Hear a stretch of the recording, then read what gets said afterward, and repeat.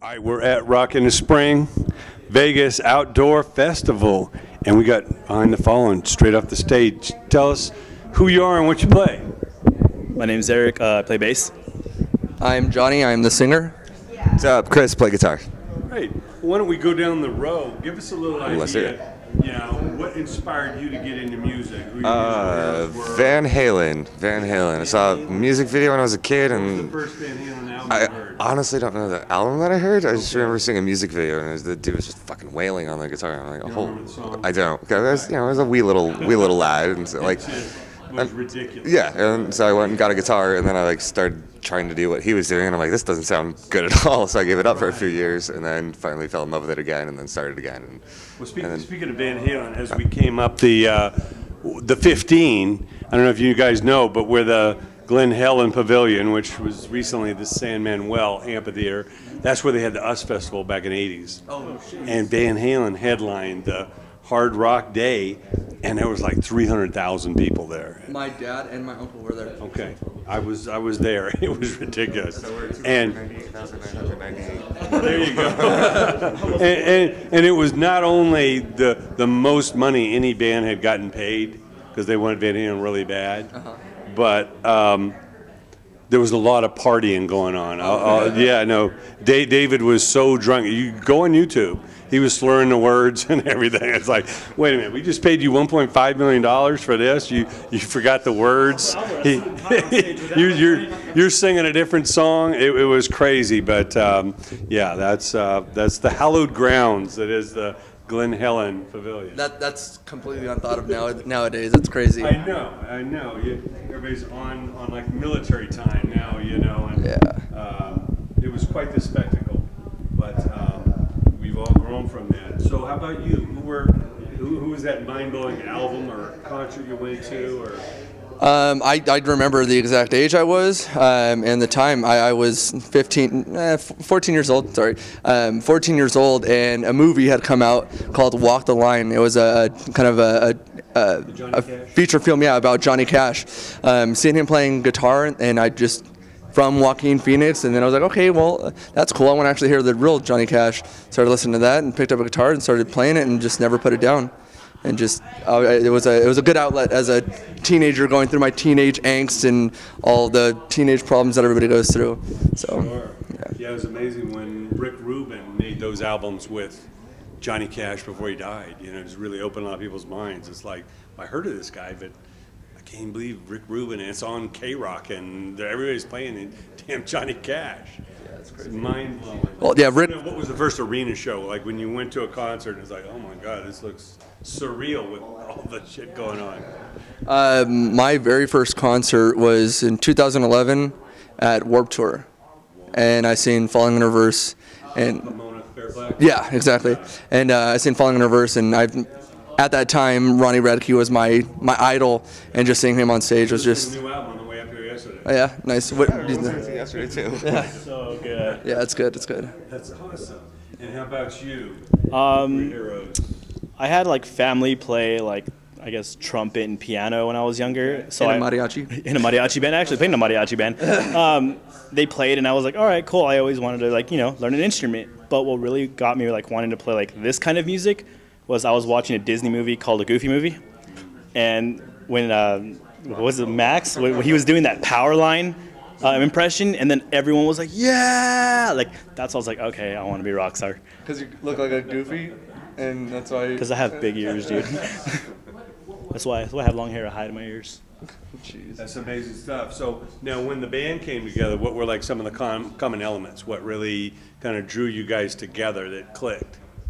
Honestly, we all needed a distraction, just going through a bunch of stuff and That energy. yeah, just going through the bad paths and stuff, and kind of we wanted to do something that we collectively agreed on and just felt that was best to pull us out of those situations and stuff, and it worked. This is my family pretty much, and it's good. I love it. Oh, sorry. So now, give us an idea of some of the processes that some of the songs are developed from. Somebody come in with a riff and bounce around, a lyrical idea. We're supposed to be practicing and then somebody will play something, somebody else will play something, and then we'll just jam to it. So practice ends right there, and then we start writing. That's literally how it starts. It's all a collective effort. It's just kind of us taking our own influences and just putting them all together and trying to make that perfect mesh to where it's current music, but it's also something that we would love to play live and in front of people and think that we would get a good release from, and just kind of anything that's in your face and just able to be repeated and sang by other people. That's awesome. Now, tell us about the latest recordings that you have.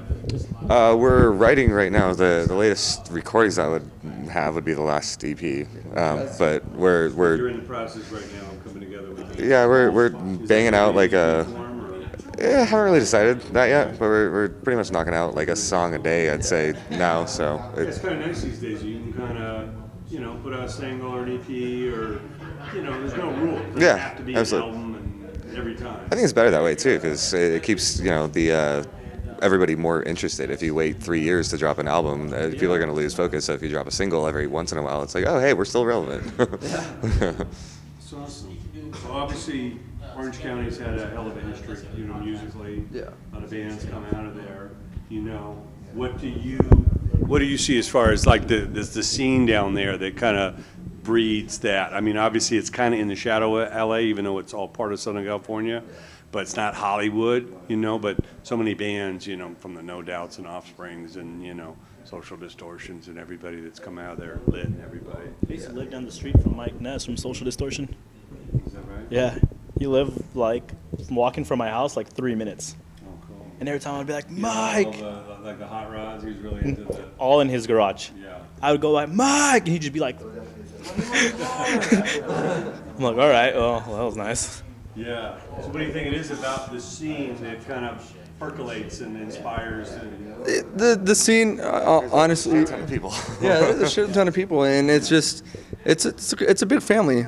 We have our Fair and all these events and the beach. Oh, yeah. Festivals. Oh yeah, there's multiple opportunities to be put in front of a bunch of people's faces and be heard by a bunch of people. And Orange County, it's a beach city, so you got everybody on the streets and just out and about in the sun. Just kind I of. think having Chain Reaction too is just everybody like watching all the younger bands like, I want to play Chain Reaction, I want to play Chain Reaction, and to like a lot of bands outside of our area, they're like, you guys have played Chain Reaction. And to us, like 5 years later, we're like, oh, Chain? Yeah, we play there. Conditioning, hot as hell. I love that place. Yeah, because that venue is pretty much where most Orange County, well, actually all Orange County bands get their start, is Chain Reaction, just kind of just beating that horse and trying to get on top. Exactly. Yeah, exactly. That's beautiful. And it's just crazy because it's legendary, and you see like bands from the East Coast, they're dying to play Chain Reaction. We live next door to it, so it's like, yes. I know.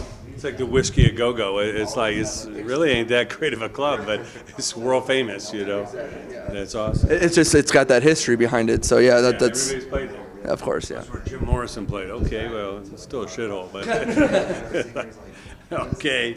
Now, talk about like the first time you guys came up and had to play like in the Hollywood scene or anything. What was that like, or what venue did you play? Kind of breaking into that, whether the Troubadour or the Roxy or the Whiskey or the Viper Room. With Hollywood, it's mainly been circulated around the Whiskey a Go-Go and Viper Room. We've played the Roxy, I think. Yeah. We have that. That's right. What was the other one we played? The Viper Room? We've played Viper Room, we've played Whiskey, and we've played the Roxy. We didn't play the House of Blues out there before they closed it, did they? Did we? Yeah. Yeah, it's a shame. I can't believe they haven't rebuilt that somewhere. I know That's crazy. Anaheim's got a new House of Blues. Yeah. Oh yeah. Amazing. It's so amazing. Yeah, the other one was kind of weird. And it's, Disney and stuff. Well, yeah, and it's crazy. Like all the restrictions that venue had. Yeah. Now they are able to be free to do whatever they want. They've got a bigger facility, and it's just it's a great facility. It was a gnarly pat down at Disney. It was like, man, it's worse than going to the airport. It's like, really? Well, and then you had to go through like a whole us being local band. Or starting out when we were a local band, we'd have to go through a whole screening process. Is that right? Let's see the lyrics. they would have us submit 5 songs that we would play live, and if any of those songs had cussing in it, you'd be disqualified from playing that show. Yeah, and what's understandable because obviously it's Disney and it's associated with Disney, but since they moved off of that lot, I think it's gonna be a better experience for a lot of local bands that are playing there, and so. What, 2 or 3 stages now, right? Yeah, they have 3 rooms, I think it was. Yeah. Now you have obviously the NAMM show right there in OC. Anybody participate in the NAMM show? Yeah, we all went this year. To go and see all the gear and make some connections and. Oh yeah, it's a feeding frenzy for just seeing like things that are coming out and just meeting with our endorsers and stuff. And I think it was like the first day we were like walking around, talking to everybody, meeting people, and then that night we were just like, hey, all our friends are here, let's go out and hang out. It's kind of like a family reunion pretty much. And realize it's a business, you know. These endorsements, you know, they could deal with anybody. So to get them behind you and continue to want to work with you, you know, you kind of see the trade show. It's like, you know, they're trying to write orders. They're trying to sell gear. They're not in the business of giving away gear. Well, even in that sense too, they've taken care of us. Like he's endorsed. Ernie Ball, love you guys.